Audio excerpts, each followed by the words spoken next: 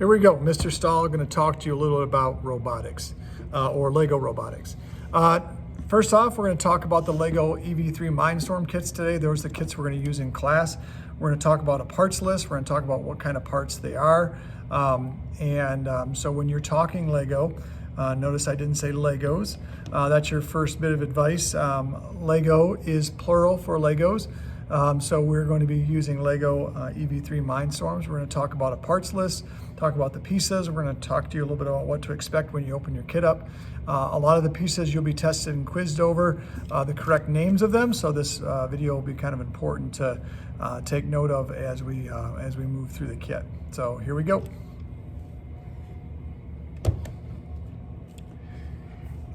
First off, we'll take a look at the kit itself. It is a Mindstorm Lego educational kit. They do come in these nice containers. This will be our travel container to travel back and forth from our storage area to our desk. The top simply just pulls off. There is a number on the kit. That number will be correspond with the kit that you'll be using all the time. You'll always use the same one. One of the more important pieces to your kit is the EV3 brain, or the brick. This particular is number 3. You can see the number on the front. To turn it on, we're simply going to press the center button, and that will turn it on. A little bit about the brick. The brick will connect via Bluetooth to your Chromebook. We'll have to download a Chromebook extension to do that. But once we get it connected, you shouldn't have to use the cord to plug it in. It can plug into a cord. We prefer the Bluetooth connection. It's a little easier. It makes us a little more mobile, which is kind of nice. We do have ports on the back and on the front. The back ports are labeled A, B, C, and D. These are our motor ports, so that's important to recognize. And in the front is our numbered ports, and these are going to go to our sensors, which we'll talk about in just a second, right? So it took a second to load it up there. Once the software got all loaded up, it's now green and ready to go. To turn it off, we're simply going to press the kind of the corner button here, and then go over and select the check mark just to turn it off. We'll turn it back off for now, okay? So that's the first general parts of the EV3 brick. They are and do have rechargeable batteries on them, so do not take the back covers off them. They charge through a port in the back, so you'll simply, or the front, depending on, I guess, how you look at it. We're going to plug in right here. We'll show you in class where that goes. Now we'll take our kit and we'll take our top off so we can take a look at the pieces inside. The first initial thing you'll see is this cover. This cover is really super important because this is how we're going to sort the pieces. In the corner of all of the parts, it's going to tell us how many pieces there are in a kit. So that's going to be important to us as we sort the pieces and make sure we have what we need. We'll take that off, and we'll see that the cover there. But we'll talk about some of the pieces inside here. So if you look at the different parts, you're going to see them broken into different categories, and those categories are also represented. If you see, there's gears here, the frames are here, the bars are here, connectors are down here. So they do correspond with the same corner. So this corner here is this corner here. This corner here is this corner here, and so on and so forth as we look at the pieces. So that's going to be important that you recognize that. All right, we'll talk about the pieces first, and then we'll talk about the parts on the inside underneath here in just a second as well. All right, first off, we'll look at the pieces in the upper corner here. These are the frames. All right, so you can look at these. They're kind of the H frames here, and then there's some box frames here along with the roller ball. Please do not take the roller ball out for any reason. We had some students take these out, and they lost them at one point. And this little size is obviously only can be the size that it can be. This little thing costs about $7 to replace, and then we have to order them. And so you're going to be out that in your kit if you lose it. So that's going to be not very cool when you're trying to build stuff in the classroom. All right. The next thing you'll recognize are the gears here in the corner. So if we come down here to the gears, there are several types of gears. If you look here, the gears are categorized by the number of teeth. So this is a 40 tooth gear. Our smallest gear is this one down here. All right, this one is I can't read that side of it. I think it's a 24 tooth, I think. These are 4 teeth gears. They don't look like gears, but they are. They do kind of mate together and allow you to use them that way. These students like to call them like macaroni, but these are actually a worm gear. So that will be important to what you're going to be using and working on later on. If we look in here also, you may see these gears. These are kind of funny looking gears here. They're only kind of geared on one side, but they're designed to work in relationship this way. So they kind of mate together sideways like this, so you can turn one item this way and something in the other direction. So here's another type of gear here where you can connect it and they kind of spin around. These are in the gears section, but these are really not really gears. These are more of a pulley. If we take this off, you could connect something together with string or rubber band and connect it to another area, or you can put the tire on it and use it as a tire as well. The next thing we'll talk about are our axles.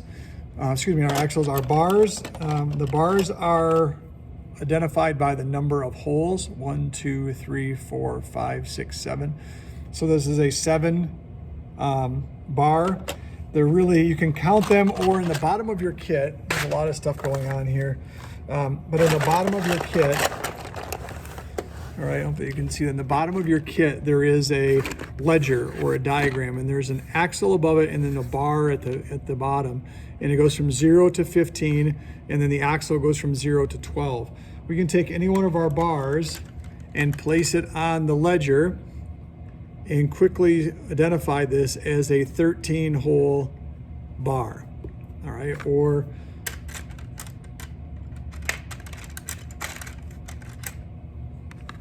a 15-hole bar. So you can see that very, very quickly.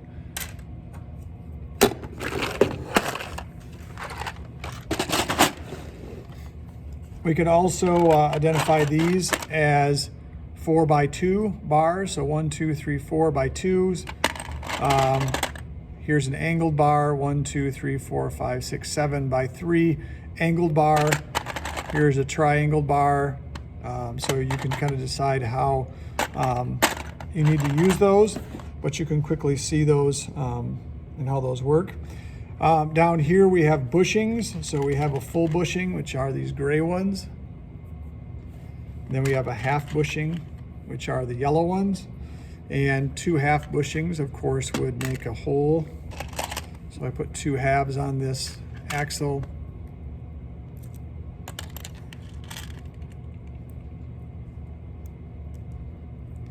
It's going to be the same size as a full bushing.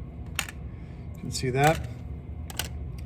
Up here we have our axles, and again, if we look at those, we have gray and black axles. If we go back to our ledger at the bottom, the gray axle, so there's a size 9 axle. All the gray axles are odd and the black ones are even, so there's an 8 size axle. So that's an interesting thing to kind of recognize. Here's these little short red axles. These red items over here are designed to connect 2 axles together to lengthen the axle. So if you have to connect from both sides, or creating a car or something, you need a longer axle. That's how you're going to connect those together.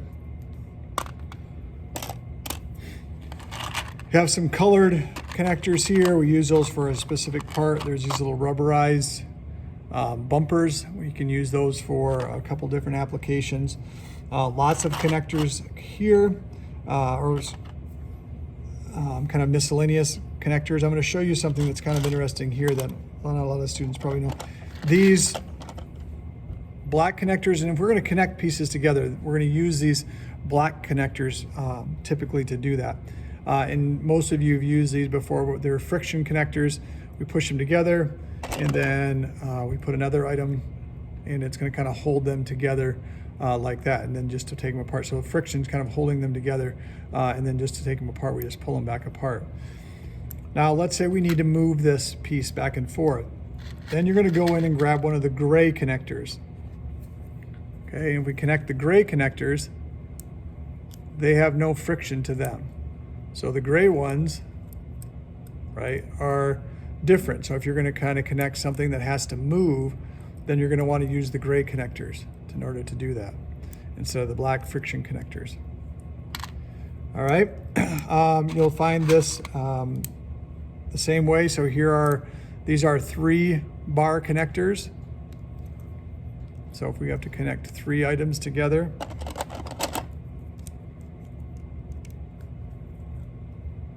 and these are friction connectors.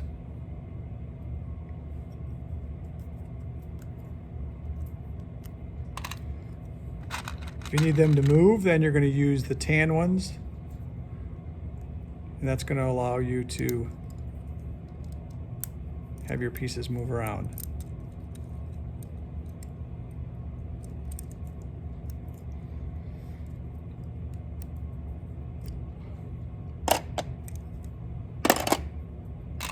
Your connectors here have a axle connector on one side, or an axle on one side, a single axle, and then a connector on the other. So for example, if you had to add a gear or a wheel, okay, you could do that. If you need to make this wheel move, then instead of using the blue ones, you're going to go back to the tan ones, and then you're going to be able to connect these so they move. So kind of a good piece of advice to know there. These are some axles with a stopper on it, so these are going to stick out and then stop. These are pretty useful for a couple applications. A lot of miscellaneous connectors here.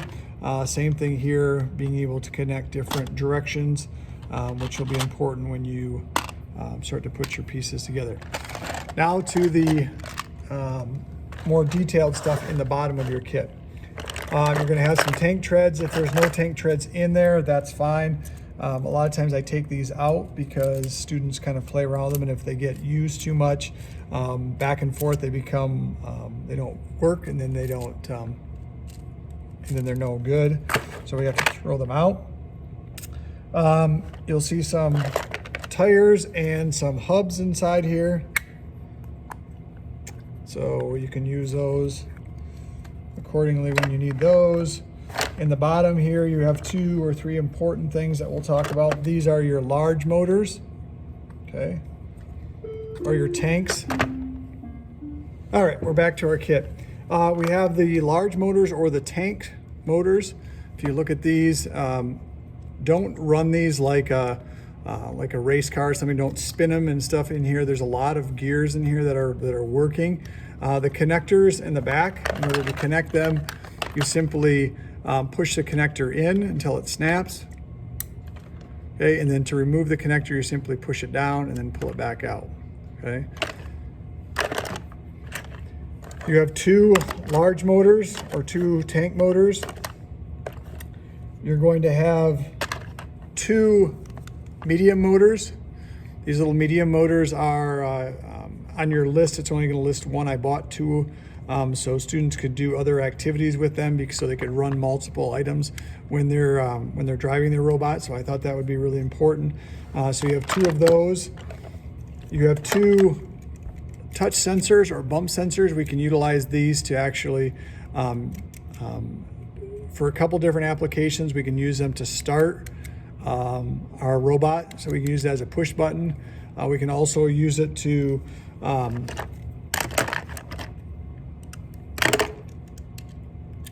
run into something, so to run in, and when it presses it, we can tell the robot to back up and do another turn or another application on the code, so that becomes pretty interesting. We do have some body panels in the bottom. We should have a few more body panels. Oh, here they are.